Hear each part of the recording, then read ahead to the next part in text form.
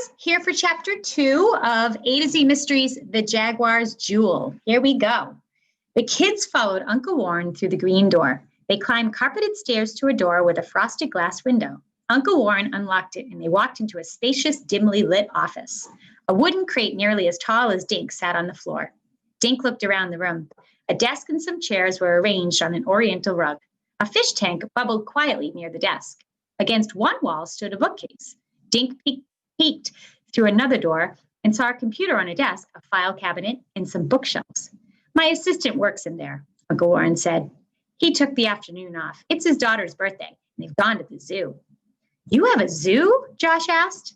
"Yes, right here in Manhattan. We have the Central Park Zoo," Uncle Warren said. "It's pretty small, but there's also the Bronx Zoo, which is enormous." Uncle Warren flipped up 3 switches on the wall. Suddenly, a ceiling fan began whirling around.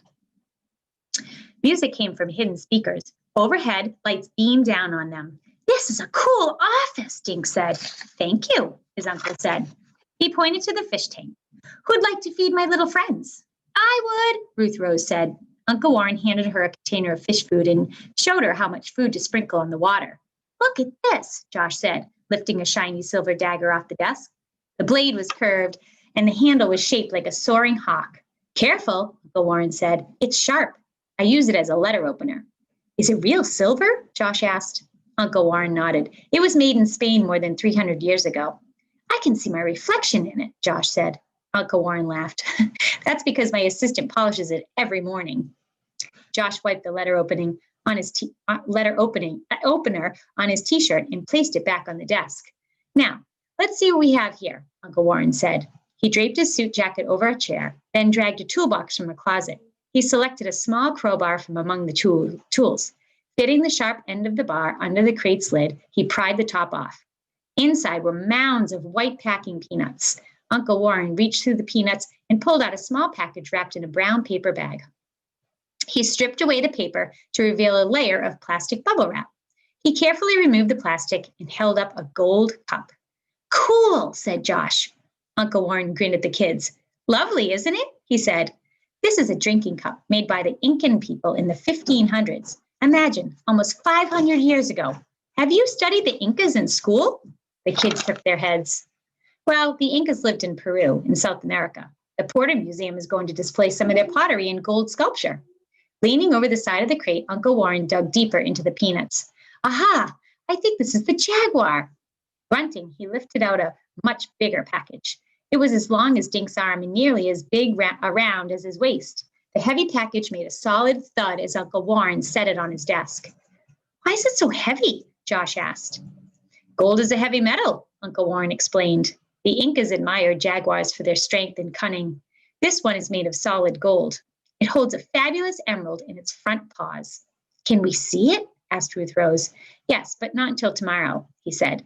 "A Dr. Pitts will be here at 9 o'clock. He works for the Society of Incan Treasures." Dr. Pitts I'm going to show you the pictures. Dr. Pitts will inspect every piece as it comes out of its wrapping. "Why?" Josh asked. "To make sure everything has arrived safely," Uncle Warren said. "These pieces are priceless treasures." Uncle Warren put the Jaguar back in the crate. "Sleep well," he said. Then he reached into the toolbox and handed Josh a hammer. "Let's rewrap the cup and put it back, then nail the crate shut again till tomorrow." After they'd finished, Uncle Warren said, "Now, let's lock up and walk to my parents. We'll leave your backpacks with Roger, and then I'll treat you to a New York dinner."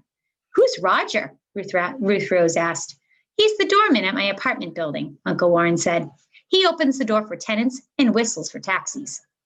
"Can we eat at your friend's restaurant?" Josh asked. "Yes, but not tonight," Uncle Warren said. "I'm saving that for your last night in the city." "What kind of food do you like?"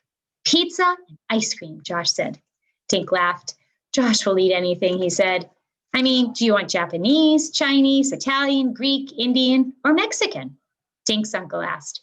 "Why don't you pick?" Dink said. "We love surprises." Uncle Warren flipped down the wall switches. The lights, music, and ceiling fan all went off. The kids followed him out of the office. "Then a surprise you shall have," he said, and then pulled the door shut behind them. And that is the end of chapter 2. I will see you later tomorrow.